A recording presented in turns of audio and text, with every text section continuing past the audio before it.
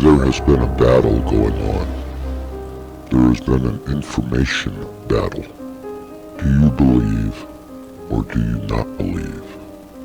That is the question. And if you choose to believe, what is the consequences of that belief?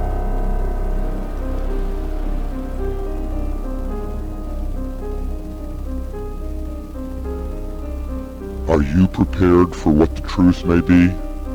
Is mankind prepared for what the truth may be? This is what we will be exploring in this series known as Beyond Undisclosed.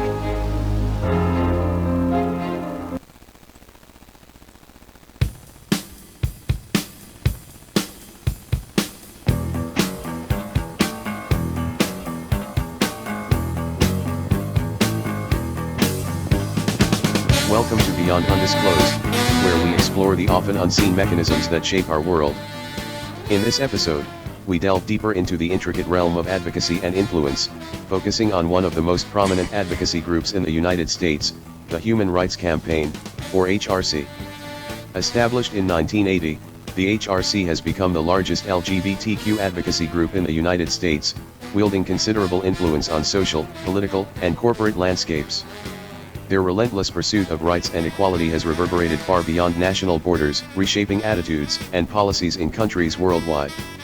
The HRC has been instrumental in pivotal milestones for LGBTQ rights, like the nationwide legalization of same-sex marriage in 2015, the advocacy for inclusive anti-discrimination laws, and the championing of HIV/AIDS advocacy efforts.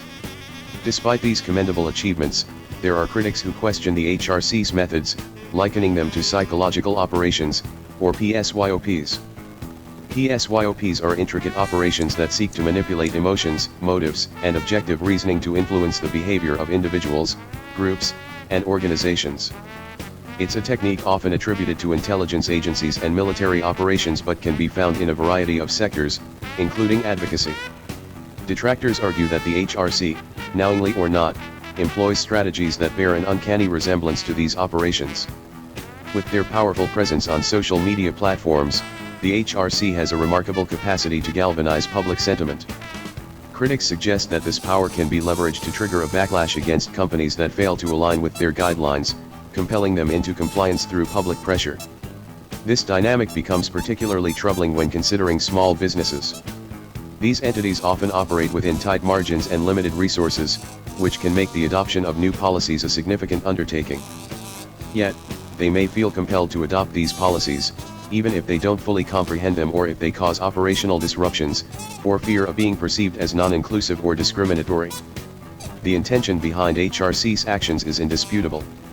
Their mission is to advocate for the rights and well-being of LGBTQ individuals in all spheres of life, including the workplace. They strive to foster inclusive and equitable work environments, as evidenced by their Corporate Equality Index. This tool evaluates corporate policies and benefits relevant to LGBTQ employees, serving as a benchmark for businesses aspiring to create an inclusive culture. However, as we scrutinize these advocacy methods, it's crucial to consider the potential unintended consequences on small businesses. As the influence of organizations like the HRC expands, it's vital to strike a balance between advocating for rights and preserving fairness for businesses of all sizes.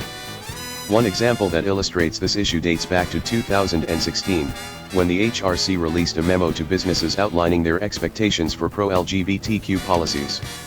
The memo contained directives that, while well-intentioned, could have imposed undue burdens on smaller businesses. For instance, it called for comprehensive health care benefits covering transgender-specific care, which, while important for inclusivity, could be financially challenging for smaller businesses to provide without additional support. The quest for equality is a noble endeavor, and organizations like the HRC play a crucial role in this journey. Yet, as we navigate this complex interplay between advocacy, ethics, and business, we must ensure that advocacy promotes a fair and equal society, while also considering the diverse contexts and capacities of businesses, particularly those just starting or operating on a smaller scale. As we conclude this episode, we're left with a challenging but important question: how can we create a world where advocacy for human rights coexists harmoniously with the diverse needs of businesses of all sizes? The answer is multifaceted and continually evolving, much like the world of advocacy itself. Thank you for joining us in this exploration of the intriguing world of advocacy and influence. Welcome to Beyond Undisclosed. Today we delve deeper into the fascinating world of advocacy and influence, turning our focus towards the Human Rights Campaign, better known as HRC. Founded in 1980, HRC has grown to become the largest LGBTQ advocacy group in the United States, and its fight for rights and equality has echoed beyond the nation's borders, influencing political landscapes, businesses, and societies around the globe.